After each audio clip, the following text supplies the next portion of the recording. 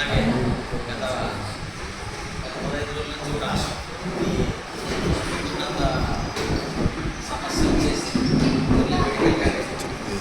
Medical college గత ప్రభుత్వం college sanction చేయడం అలాగే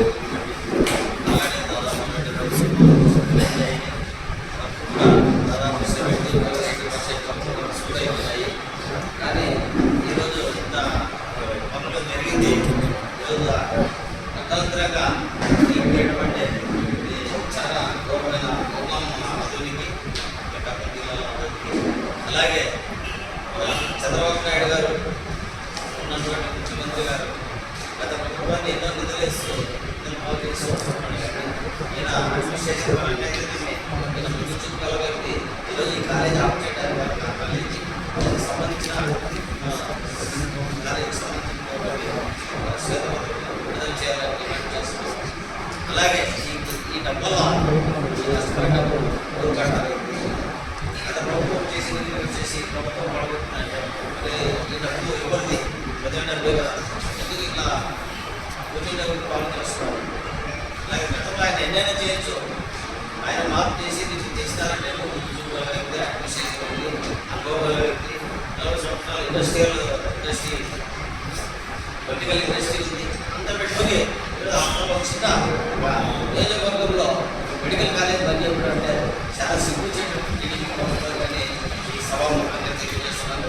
కాబట్టి మీరు ఏం చేస్తారో తెలీదు, వెంటనే యూటర్న్ తీసుకొని కాలేజీ ప్రారంభించాలి, పనులు స్టార్ట్ చేయాలి.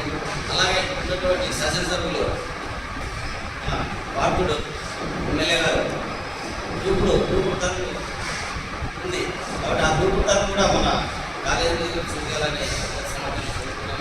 కాబట్టి ఆయన వెంటబడి ఆయన అనుకుంటే ఎంతసేపు మన ఎమ్మెల్యే గారు అనుకుంటే అంతేగాని మనం ఎన్ని ధరలు చేసినా ఎన్ని స్టైల్ చేసినా అందులో వచ్చిన కాబట్టి ఆయన ప్రత్యేక దృష్టి పెట్టాలి. అలాగే మనం కూడా పట్టుబడులు నిర్మాణాలక ఖచ్చితంగా సాధించే వరకు ఇద్దరు కుమారులు కూడా చెప్తాము. ఈ తరఫున మా విలేజాన్ని మా సపోర్ట్ ఉంటుంది. అలాగే ఈ 2 సమస్యలు ఏది చేసినా ఆదోని త్వరగానే ఉంటుంది కానీ పూర్తి కావడం లేదు. కాబట్టి ఎటువంటి పరిస్థితిలో ఈ కాలేజీ ముందుకు సాగాలి. అలాగే అడ్మిషన్స్ కూడా ఎక్కడ తీసుకోవాలి. అలాగే ఇంకా చూసామంటే ఉన్నటువంటి హాస్టల్ కూడా ఎన్నో హాస్టల్ పడిపోతే కూడా హాస్టల్ కూడా నిరుపయోగం ఉన్నాయి. కొత్త స్థలాలు తీసుకున్నాం, లీజుకు తీసి ఎక్కడైనా ఖాళీ స్థలాలు దండి ఉన్నాయి, లీజుకు తీసుకొని కట్టి ఉండడం, లేకుంటే ఏదైనా ప్రైవేట్ పరంగా ఉన్న బిల్డింగ్లు లీజు తీసుకొని చేయడం చేయాలి. అంతేగాని ఏదో సాధనగా అది ఇదని బిల్డింగ్లని చూపించి టైం కూడా. అలాగే ఆదంలో గవర్నమెంట్ స్థలాలు చాలా ఉన్నాయి. మనం ఎప్పుడు ట్యాక్స్ ఖాళీ ఉంది, 1 సంవత్సరాల అగ్రిమెంట్ తీసుకున్నారు. అది డిగ్రీ అయింది. మున్సిపాలిటీ కూడా స్వాధీనం చేసుకున్నారు.